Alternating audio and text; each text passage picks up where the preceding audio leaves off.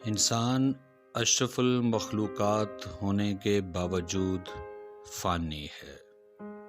علم اور سائنس و ٹیکنالوجی میں بے پناہ ترقی کے باوجود انسان موت کے پنجے سے آزاد نہیں ہو سکا اور موت اس کا مقدر ہے۔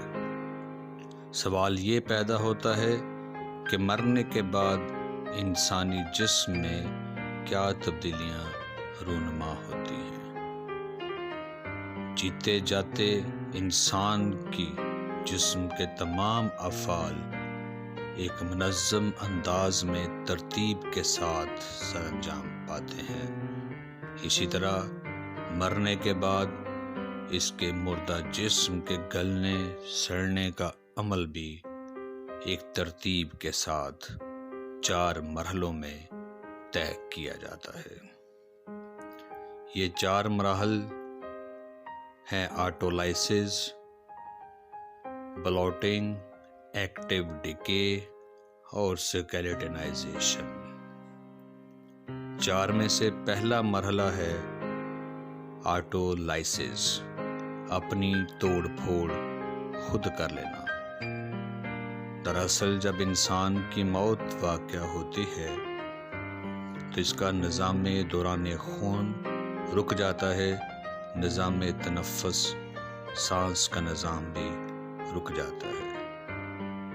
آکسیجن کی کمی، کاربن ڈائی آکسائیڈ کی زیادتی اور دیگر فاضل مادے جمع ہونے سے خلیوں کے اندر موجود آرگنیلیز پھٹ جاتی ہیں اور ان آرگنیلیز میں موجود بہت خطرناک انزائم، توڑ پھوڑ والے انزائم آزاد ہو جاتے ہیں۔ آزاد شدہ یہ انزائم سیل کے اندر موجود مختلف حصوں کی توڑ پھوڑ شروع کر دیتے ہیں اور سیل مکمل ٹوٹ جاتا ہے۔ گھر کو آگ لگ گئی گھر کے چراغ سے۔ اسی طرح سیل کے انزائم سیل کی موت خود واقع کر دیتے ہیں۔ دوسرا مرحلہ ہے بلوٹ۔ بلوٹ کا مطلب ہے مردہ جسم کے اندر مختلف گیسوں کا اکٹھا ہو جانا۔ یہ مختلف گیسیں ڈیڈ باڈی کے اندر کہاں سے آتی ہیں اور ان کا مردہ جسم کے اوپر کیا اثر ہوتا ہے؟ ڈیڈ باڈی کے اندر سلفر پر مشتمل کیمیائی مادے اکٹھے ہو جاتے ہیں، اس سے جلد کا رنگ اڑ جاتا ہے، جلد کے اوپر دھبے پڑ جاتے ہیں۔ اسی طرح ڈیڈ باڈی میں موجود مختلف بیکٹیریا کی ایکٹیویٹی کی وجہ سے مختلف قسم کی گیسیں پیدا ہوتی ہیں۔ یہ گیسیں اتنی زیادہ مقدار میں اکٹھی ہوتی ہیں کہ انسانی جسم پھول جاتا ہے اور زیادہ پھولنے کی وجہ سے جسم پھٹ بھی جاتا ہے۔ پیٹ پھٹ کر کھل جاتا ہے اور انتڑیاں بکھر جاتی ہیں۔ یہ انسان کے لیے جائے عبرت ہے۔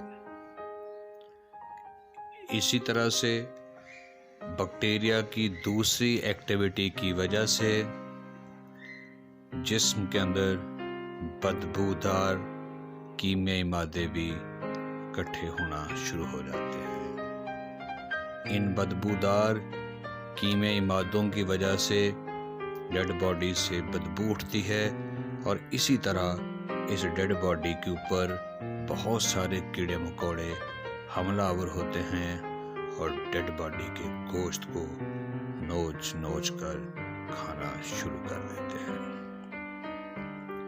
بلوٹنگ کا یہ عمل ایک ہمیں اہم امر کی طرف توجہ دلاتا ہے کہ انسان کو اپنی ظاہری خوبصورتی پہ غرور نہیں کرنا چاہیے۔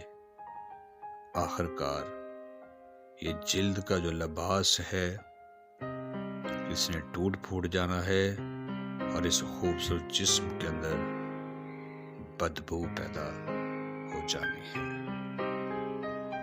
گلنے سڑنے کا نیکسٹ مرحلہ ہے ایکٹیو ڈیکے۔ اس میں مردہ جسم مزید تیز رفتاری کے ساتھ ٹوٹ پھوٹ کے عمل سے گزرنا شروع ہو جاتا ہے۔ جسم کے اندر تمام اعضاء پگھل جاتے ہیں، ایک فلوئڈ ایک مائع کی شکل اختیار کر لیتے ہیں، اور یہ فلوئڈ ان مردہ جسم کے مختلف سوراخوں کے ذریعے جسم میں سے خارج ہونا شروع ہو جاتا ہے۔ چوتھا مرحلہ ہے ہڈیوں کا ٹوٹنا پھوٹنا۔